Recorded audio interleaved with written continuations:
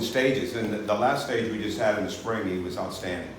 Improving his range, his accuracy with range, his strength certainly, competitive level when it comes to mental toughness of fighting through things and getting over the hump. He definitely got stronger, but I thought he did a lot of good things during the year. He's like any other kid. The change in the game is so drastic when it comes to the physicality of it, when it comes to the speed of it, when it comes to the level of intensity that you've got to have time and time again.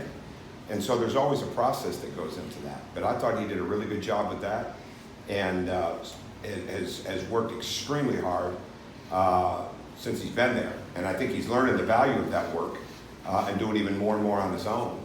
And that's the next big step for him, to be that level of consistent worker, whether it's required or not, on a day-to-day basis, keep changing his body and keep understanding how important it is to not only drive and score and defend, but to make open shots and make them with range.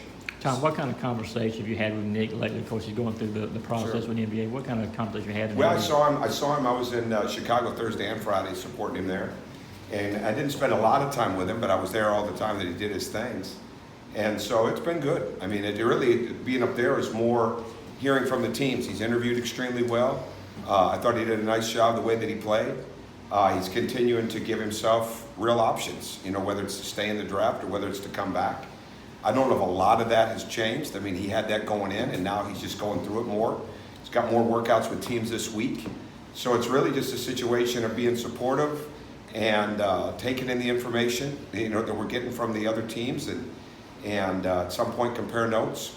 But I'm proud of the way that he's playing, and I'm really proud of the way that he's handling it. Mm-hmm. And he's representing Georgia not only really well on the court, but how he is in these interviews with the teams, because they were seeking me out to tell me how good his interview process was. Mm-hmm. So really what it's going to come down to is does he have that opportunity to go and be drafted this year, or is probably now upwards of 5 GMs have said to me that if he stays, and give or take in this, paraphrasing to a degree, if he stays on the path that he's on and he stays on the track that he's on, he could move his way into the lottery, somewhere to that lottery in a year. So I mean, that's what they're going to have to navigate. But they're handling it extremely well. Well, you have a conversation with him one more time before he makes that final choice. I'll have a conversation with him numerous times. Okay. But it's not always about that. That's not what it is. My job is to support, right? And he's a part of Georgia, whether he leaves now or whether he leaves next year or whether he leaves the year after. He's a part of it forever. I mean, and that's what he's got. So it's a completely honest-based deal. It's not me trying to talk him into something that's not real. I mean, what you do, and you learn this early on in this profession, is give them the honest truth, give them the honest feedback, give it from the decision makers, and give it to them so that they have the best opportunity to make the best decision. And he's got a great family. You think he helped himself to become a first-round draft pick this year? I don't know. I don't have a first-round pick in the sense of looking at it from that vantage point. I read all the different stuff, but he played well. I mean, he showed different things. He certainly is capable of playing so much better. But again, that's such a hypothetical until somebody says, "Hey, yeah, that's our guy." And so I really don't even know how to look at it that way. But I didn't think he did anything poorly. But I certainly know he's capable of playing at a high level. And it's hard when you go into those situations. I mean, he was playing the 5 spot, basically inside of those scrimmage situations. So. But they look at, I'm sure, a lot of different factors, and if they're basing it just on how he plays in Chicago, well, then they wouldn't be doing their pure homework, and what they've done with workouts, what they've done with his body of work over the season, the getting to know him process, the interview process, all that type of stuff. So I really don't know. How much does, considering all the guys that are coming in, does Nick's decision affect you guys? In what sense? Your team? Oh, I don't know. I mean, it's a hypothetical. I mean, I can't base anything on that. We've got to keep recruiting.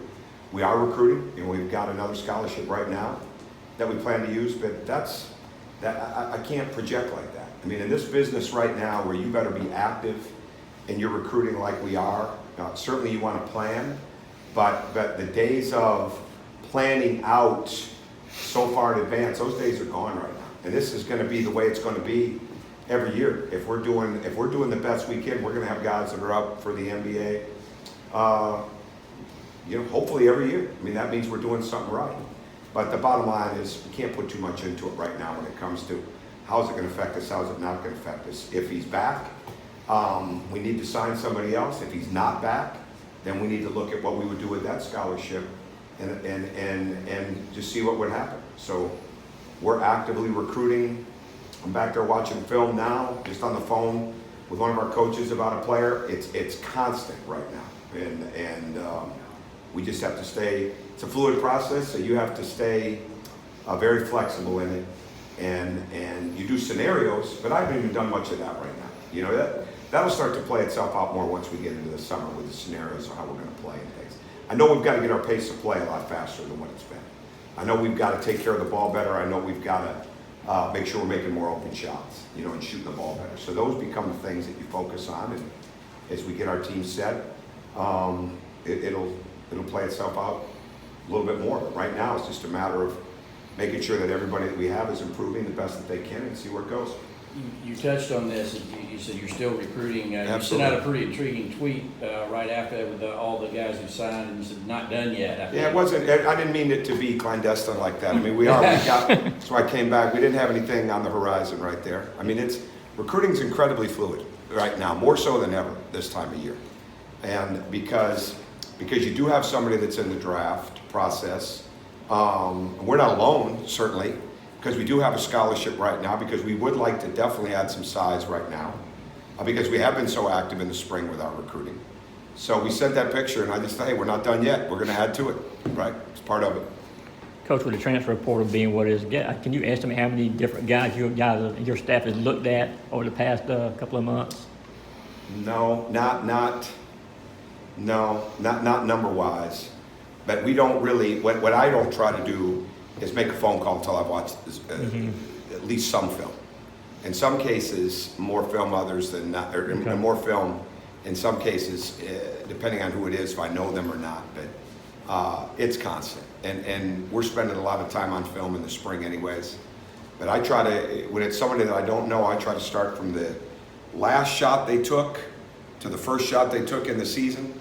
Look at all their shots, look at all their turnovers, look at all their fouls drawn and committed as much as we, to at least to a 15-game level if we can, and then look anywhere from 50 to 75 defensive clips. And then if there's time, look at some game film. But just try to really get a feel before we get into it and see where the interest level is. Because the worst thing you can do, and this happens a bunch, and this is what screws recruiting up, people just start calling kids, everybody that turns around and comes out. I don't want us to do that, right? Now, we don't want to be behind, and that happens too. You can get behind.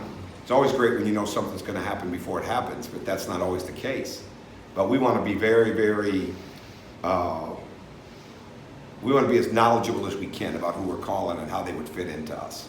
Because it's really, really important that we get guys that are going to fit with how we want to play.